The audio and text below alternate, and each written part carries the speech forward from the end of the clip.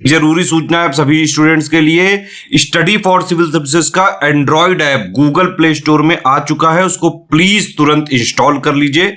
और अगर आप स्टडी फॉर सिविल सर्विसेज के सिर्फ ऐप से कोई भी कोर्स, कोई भी पीडीएफ परचेज करते हैं तो उसमें अप्लाई कूपन, अगर आप ज्ञान सर जो है आप उसमें अप्लाई करते हैं, ये कूपन कोड है, तो उसमें 20% फीस तुरंत माफ हो जाएगी, मतलब 20% डिस्काउंट तुरंत उसमें लग जाएगा।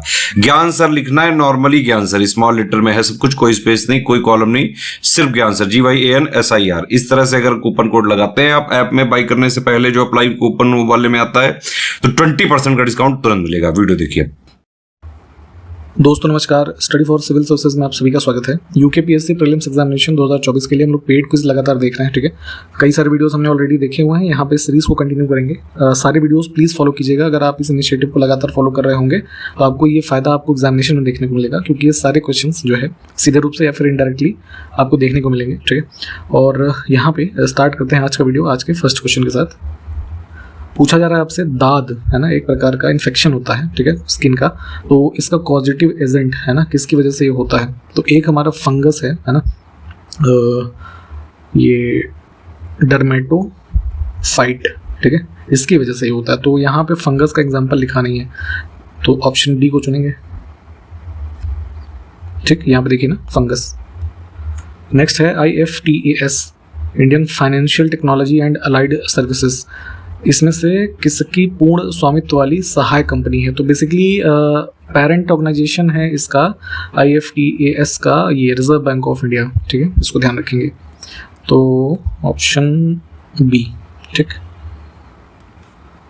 नेक्स्ट है, भारत ने किस वर्ष में बाल अधिकारों पर संयुक्त राष्ट्र सम्मेलन की जो ये कन्वेंशन है इसकी अभी पुष्टि की थी, यानी कि रेटिफाई करते हैं ना जो कोई देश, तो वो ईयर और कई बार जो हमारे कोई भी कन्वेंशन है उसके अडॉप्शन का ईयर अलग होता है। तो देखिए, यूनाइटेड नेशन ने इस जो कन्वेंशन को कह लीजिए ये अप्रूव किया था, ठीक है, 1989 में, ठीक है, जो बच्चों के अधिकारों से संबंधित था, ठीक, नवंबर 1989 में था। और उसके बाद ये जो है फोर्स में आया, एक तरीके से कह सकते हैं, ये हमारा कन्वेंशन 1990 में। और इंडिया ने जो इस कन्वेंशन को रेटिफाई किया है, यानी कि स्वीकृत किया है, अपने देश में लागू किया एक तरीके से, ये है दिसंबर 1992, ठीक है। तो तीनों वर्षों को ध्यान रखेंगे, विकल्प पहला सही है।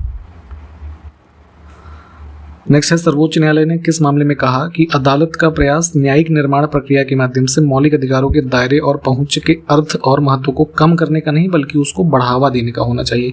तो फंडामेंटल राइट्स के रेफरेंस में काफ़ी इंपॉर्टेंट एक जजमेंट रहा, आर्टिकल 21 के बारे में भी, Maneka Gandhi versus state union of India कह सकते हैं, ठीक है। ऑप्शन सी में जो लिखा है ना, ये 1978 का काफ़ी फेमस केस है, ठीक। तो इस तरीके के कुछ जजमेंट्स जो आए हैं ना, उसके बारे में थोड़ा पढ़ सकते हैं, क्योंकि ये चीज़ें कई बार पूछ ली जाती हैं। इसमें से कौन सा रक्त समूह सार्वभौमिक स्वीकर्ता है, ठीक है? तो यूनिवर्सल एक्सेप्टर, यानी कि अन्य ब्लड ग्रुप से जो ब्लड ले सके, ठीक है, तो ये है AB पॉजिटिव, ठीक है। और डोनर कौन सा है, जरा आप हमको ये कमेंट करके बताइए, जो यूनिवर्सल डोनर हो, यानी कि सबको दे सके। बुलेट प्रूफ सामग्री बनाने के लिए इसमें से किस बहुलक का व्यापक रूप से उपयोग किया जाता है? पॉलीमर जो है पूछे जाते हैं। तो बुलेट प्रूफ जैसे कि क्या नाम है, कपड़े कुछ बनाए जाते हैं ना, या फिर विंड शील्ड वगैरह जो होती है गाड़ी वाड़ी की, उसमें केवलार या फिर जैसे यहाँ पे पॉलीकार्बोनेट है ना, इसका यूज़ होता है जो है वाइडली। इसमें से कौन सा रोग विषाणु से होता है ना? वायरल डिजीज़, बैक्टीरियल डिजीज़, या फिर जो ये प्रोटोजोआ वगैरह होते हैं, फंगाई है ना, इसकी लिस्टिंग अलग अलग बीमारियों की पढ़िएगा, ये पूछी जाती है चीज़ें। तो उसी क्रम में जो है वायरल होता है इसमें हेपेटाइटिस, ठीक है, ये उत्तर हो जाएगा। डिप्थीरिया, कॉलरा, ये सब जैसे बैक्टीरिया से होते हैं, है ना, तो ये सभी चीज़ें ध्यान रखनी। मलेरिया आप जानते ही होंगे। मानव आहार में पॉलिश किए हुए चावल के प्रयोग से कौन सा रोग होता है, ठीक है। जैसे कई सारे चावल की वैरायटी आते हैं मार्केट में जो काफ़ी पॉलिश्ड होते हैं, तो उसकी खूबसूरती या फिर कह लीजिए टेस्ट बढ़ाने के लिए पॉलिश वगैरह का यूज़ किया जाता है वाइडली, लेकिन उसकी वजह से क्या है, हमें बेरी बेरी रोग जो है हो जाता है। क्यों? उसमें क्यों, किस चीज़ की डेफिशिएंसी होती है? विटामिन B1 या फिर थायमीन जिसको कहते हैं, ठीक है, ऑप्शन डी। एक डायनेमो जिसे बिजली उत्पन्न करने के लिए जाना जाता है वास्तव में किस के रूप में कार्य करता है? तो इलेक्ट्रिसिटी जनरेटर्स में जिसका यूज़ हम करते हैं डायनेमो का, तो एक डिवाइस होता है बेसिकली, और ये क्या करता है, मैकेनिकल एनर्जी को इलेक्ट्रिकल एनर्जी में कन्वर्ट करता है। तो कन्वर्टर ऑफ एनर्जी है ना, क्योंकि मैकेनिकल से इलेक्ट्रिकल हो रही है, तो बी करेक्ट हो जाएगा। अगला है भूकंप की तीव्रता इसमें से किस पैमाने पर मापी जाती है? इंटेंसिटी ऑफ अर्थक्वेक, तो रिक्टर स्केल होता है ना, ऑप्शन बी। नेक्स्ट है केंद्र और राज्यों के बीच विवादों का निर्णय करने के लिए भारत के उच्चतम न्यायालय की शक्ति इसमें से किस उसके अधिकार क्षेत्र के अंतर्गत आती है? ठीक है, तो देखिए सुप्रीम कोर्ट है ना के बारे में बात हो रही है। तो जैसे किसी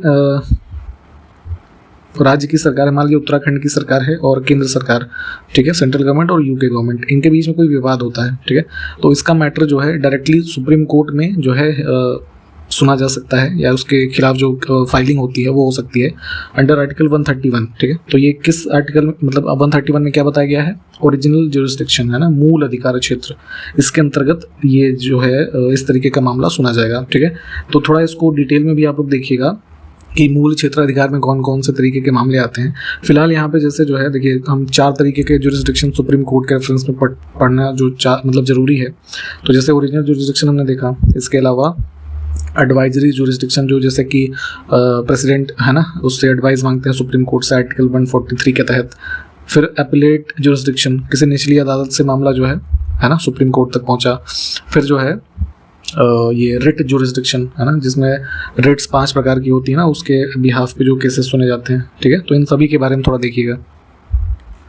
अगला है भारत की आंतरिक सुरक्षा में लाल गलियारा, रेड कॉरिडोर शब्द का तात्पर्य क्या है? तो जैसे खास करके ये छत्तीसगढ़, झारखंड वगैरह के कुछ एरियाज जो हैं जहाँ पे नक्सलाइट है ना डोमिनेट करते हैं या उनका निवास क्षेत्र है, तो उस नक्सलाइट से प्रभावित जो क्षेत्र हैं उसको सरकार रेड कॉरिडोर के नाम से है ना एक तरीके से डिनोट करती है। अगला है भारतीय संविधान के किस भाग के तहत मौलिक अधिकार निहित हैं? ठीक है, फंडामेंटल राइट्स बताए गए हैं किसमें? भाग 3 में। भाग 5 में जैसे यूनियन के बारे में बताया गया है। 4 में डीपीएसपी है ना। 2 में क्या है? सिटीजनशिप है ना। भारतीय संविधान की उद्देशिका में निम्नलिखित में से कौन सा शब्द सेंस ऑफ ब्रदरहुड है ना, भाईचारे का कह सकते हैं कि सेंस उत्पन्न करता है? वाक्यांश कौन सा? फ्रेटर्निटी है ना, हमारे प्रीएम्बल में है ना, देखते हैं आप, तो ऑप्शन बी को चुनेंगे। देखिए ये सारे जो वर्ड यहाँ पे लिखे हैं प्रीएम्बल में मेंशन्ड हैं, इनके अलग अलग हमारे इंपॉर्टेंट है ना मीनिंग्स हैं, तो प्लीज़ उसको भी आप पढ़ें। अगला है परमाणु ऊर्जा के दोहन के कारण प्रायः कौन से तरह का प्रदूषण होता है? ठीक है, तो जाहिर सी बात है जैसे किसी न्यूक्लियर पावर प्लांट का एग्जांपल लीजिए, तो वहाँ पे न्यूक्लियर एनर्जी को अगर हम यूज़ करेंगे है ना, तो वही न्यूक्लियर से संबंधित थर्मल पॉल्यूशन जो है। नेक्स्ट है प्राकृतिक प्रक्रियाओं के तहत घरेलू कचरे के अपघटन को क्या कहा जाता है? ठीक है, तो नेचुरल प्रोसेस से, जैसे फॉर एग्जांपल हमारे किचन की जो सब्जियां हैं, जो छिलके वगैरह है, उसको हमने मान लिया किसी खेत में डाला, तो वो क्या हो रहा है, over the period of time अपने आप ही डिग्रेड हो जा रहा है, खाद के रूप में परिवर्तित हो जाएगा। ठीक है, तो प्रदूषण तो हुआ एक तरीके का, मतलब कि जो हम प्राकृतिक प्रक्रिया के तहत कचरा उत्पन्न कर रहे हैं ना, पर वो अपघटित हो जा रहा है, तो ये बायोडिग्रेडेबल है। ठीक है, ऑप्शन बी। अब जैसे यहीं पे देखिए लिखा है ना कि नॉन बायोडिग्रेडेबल पॉल्यूशन, तो हमारे हाउस होल्ड यूज़ के कचरे में जैसे प्लास्टिक वगैरह काफ़ी प्रोड्यूस हो रही है ना आजकल की डेट में, तो ये क्या है, डिकम्पोज जल्दी होता नहीं है। ठीक है, तो इस प्रकार को हम क्या बोलेंगे, है ना, नॉन बायोडिग्रेडेबल। अगला है ब्लड ग्रुपिंग की खोज इसमें से किसके द्वारा की गई थी? ब्लड ग्रुप की डिस्कवरी अराउंड 1901 के आसपास कार्ल लैंडस्टीनर है ना, एक ही अमेरिकन बायोलॉजिस्ट थे, इनके द्वारा सबसे पहले की गई।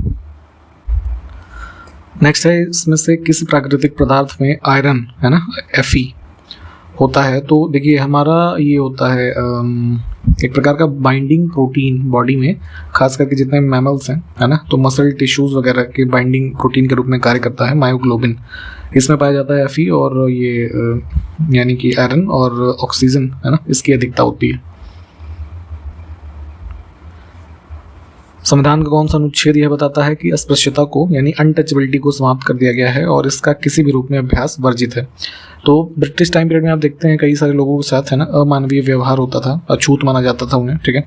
हालांकि आजकल भी एक दो बार ऐसी घटनाएं कभी कभी देखने को मिल जाती हैं, है ना। तो संविधान में इसको एक फंडामेंटल राइट बनाया गया था, इसीलिए आर्टिकल 17 में। कौन सा अनुच्छेद नागरिकों के किसी भी पिछड़े वर्ग के हित में पदों की नियुक्ति में आरक्षण का प्रावधान करता है? ठीक है, तो फंडामेंटल राइट में ही जो एक रिजर्वेशन का है ना बैकवर्ड क्लासेस के लिए प्रोविज़न है, आर्टिकल 16 सब क्लॉज 4 थोड़ा पढ़िएगा, है ना, वहाँ पे लिखा है। सोडा वाटर की बोतल खोलने पर इसमें से कौन सी गैस निकलती है? तो जितने भी ये कोल्ड ड्रिंक्स आप देखते हैं ना, सॉफ्ट ड्रिंक्स होती हैं या सोडा, इनमें जो है कार्बन डाइऑक्साइड होता है ना, ये खोलने पे ना गैस पूरी तरीके से निकलती है। जल का पीएच मान कितना होता है? देखिए पीएच वैल्यू हम पढ़ते हैं 0 से 14, है ना, जिसमें 7 क्या है हमारा न्यूट्रल पॉइंट है, तो वाटर का भी लगभग इतना ही होता है। 7 से कम की तरफ हम बढ़ते हैं तो ये हमारा एसिडिक होता जाता है, 7 से ज़्यादा की तरफ बढ़ते हैं तो ये बेसिक होता जाता है ना, यानी कि क्षारीय। तो 7 को चुनेंगे। कलिंग युद्ध ने इसमें से किसके जीवन को परिवर्तित कर दिया था? काफ़ी फेमस वॉर है ये, बैटल ऑफ कलिंग, है ना, एंशिएंट हिस्ट्री में जब आप पढ़ते हैं तो इसमें क्या है कि ऐतिहासिक स्रोतों में ये बताया जाता है कि करोड़ों नहीं, सॉरी माफ़ कीजिएगा, लाखों लोगों की मृत्यु हुई थी और करीब उससे ज़्यादा ही घायल हुए थे। तो इसी से एक तरीके से सीख लेते हुए या अपने आप को परिवर्तित करते हुए कौन आगे बढ़ा? अशोक। इसमें अशोक का नाम है नहीं, तो डी को चुनेंगे, ठीक है, इसको ध्यान रखना है। पूर्ण स्वराज की घोषणा भारतीय राष्ट्रीय कांग्रेस के किस अधिवेशन में की गई? काफ़ी फेमस ये भी सेशन है, लाहौर सेशन 1929 का, ठीक है। देखिए इन चीज़ों को हम बेशक शॉर्ट में देखते हैं, मैंने कई बार बताया आपको। प्लीज़ इन टॉपिक्स को जो क्वेश्चंस में हम देखते हैं उसको आप डिटेल में पढ़ते चलें। अभी भी चाहें तो आप हमारे साथ जुड़ भी सकते हैं, ठीक है, पेड ग्रुप्स में या फिर टेस्ट सीरीज या पेड क्विज में, है ना, क्योंकि यहाँ पे कई सारे क्वेश्चंस हमने लगभग 10,000 से ज़्यादा क्वेश्चंस प्रैक्टिस करवा दिए हुए ऑलरेडी। इतने सारे क्वेश्चंस लगाएंगे आप, है ना, या फिर हमारे मटेरियल्स को पढ़ेंगे तो सिलेक्शन आप इंश्योर कर सकते हैं अपना, ठीक है। इसके लिए अगर एडमिशन चाहते हैं तो डिस्क्रिप्शन बॉक्स में हमारी कॉन्टैक्ट डिटेल है, 3 मोबाइल नंबर होंगे, उस पर आप कॉल या व्हाट्सएप करके एडमिशन की जानकारी या फिर एडमिशन ले सकते हैं। नेक्स्ट है शेख निज़ामुद्दीन औलिया की दरगाह, ठीक है, कहाँ पे है? तो मध्यकाल के काफ़ी फेमस ये सूफी संत हुए निज़ामुद्दीन औलिया और दिल्ली में लोकेटेड है। नेक्स्ट है विदेशी प्रत्यक्ष निवेश के लिए भारत ने कब मार्ग प्रशस्त किया? तो इंडिया ने एफडीआई जो आप पढ़ते हैं ना, एफडीआई के लिए कह लीजिए अपनी इकॉनमी को ओपन अप किया था। जो इकोनॉमिक क्राइसिस हमने 1991 के आसपास देखी, उसके बाद से जो एलपीजी रिफॉर्म आप देखते हैं, ठीक है, तो उसी के एक रूप में इसको भी फॉरेन डायरेक्ट इन्वेस्टमेंट को शुरू किया गया था, या कह सकते हैं अडॉप्ट किया गया। किस शासक ने भारत में तुगलक वंश की नींव रखी थी? तुगलक डायनेस्टी की फाउंडेशन की थी ये गाजी मलिक, इसका जो है नाम था, या फिर गयासुद्दीन तुगलक, इसके द्वारा अराउंड 1320 AD में, ठीक है। दिल्ली सल्तनत में जो हम 5 राजवंश देखते हैं, है ना, स्लेव, खिलजी, तुगलक, सैयद और फिर लोधी, है ना, तो इन 5 के फाउंडर्स, इंपॉर्टेंट शासक कौन, जिसने कब से कब तक रूल किया, है ना, ये चीज़ें आपको पता होनी चाहिए। नेक्स्ट है जयचंद के विश्वासघात के कारण पृथ्वीराज चौहान की पराजय हुई और कालांतर में जयचंद कहाँ और कब मारा गया, ठीक है। तो पृथ्वीराज चौहान जो है, इनके बारे में आपने पढ़ा होगा अगर, तो जो है ये 1192 AD में बैटल ऑफ तराइन होती है, ठीक है। तो वहाँ पे जयचंद ने, है ना, असिस्ट किया था ये गोरी को, उसकी वजह से, ठीक है, तो इनको हार मिली। तो आगे चल करके जो है जयचंद जो कहाँ और कब मारा गया है, इसमें ऑप्शंस देखिए यहाँ पे, और इस क्वेश्चन का आंसर आपको हमें कमेंट करके बताना है, ठीक है। आपके उत्तर का इंतजार रहेगा। और यहाँ पे हमने इस वीडियो को कंप्लीट किया है, ठीक है, और इस इवेंट को भी पढ़ना है, जितने भी बैटल्स यहाँ पे लिखे हुए हैं या प्लेसेस इंपॉर्टेंट है सारे ही, ठीक है। तो यहाँ पे समाप्त करते हैं, सारे क्वेश्चंस देखें और जितने भी क्वेश्चंस पूछे गए हैं प्लीज़ उसको बताइएगा। मिलते हैं नेक्स्ट वीडियो में, तब तक के लिए नमस्कार, जय हिंद।